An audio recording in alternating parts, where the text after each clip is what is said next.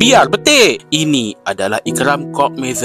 Dia hanyalah seorang penjual daging yang biasa di sebuah bandar di Turki. Tetapi dia memiliki kisah hidup luar biasa. Segalanya bermula apabila Yasim, seekor kucing jalanan, hampir setiap hari datang ke kedainya dan berdiri di depan kaunter. Yasim dapat makan, Ikram dapat kawan. Kejadian ini berjaya dirakam dan telah menjadi viral di media sosial satu ketika dahulu. Kedai daging Ikram mula dapat perhatian penduduk setempat. Tetapi kisah ini tak kekal lama. Yasim pergi buat selamanya. Ikram mengambil keputusan untuk mengebumikan kawannya itu di laman rumahnya dan membina sebuah tugu di kedainya untuk kenangan. Walaupun Yasim telah tiada, ingatannya terus hidup melalui kebaikan Ikram. Dia kini menjaga lebih daripada 20 ekor kucing dan anjing jalanan, memberi mereka makan setiap kali datang ke kedainya, membuktikan bahawa sedikit kebaikan mampu membawa perubahan yang besar. Adakah anda setuju? Kongsikan di ruangan komen. Yang belum subscribe, jangan lupa subscribe tau.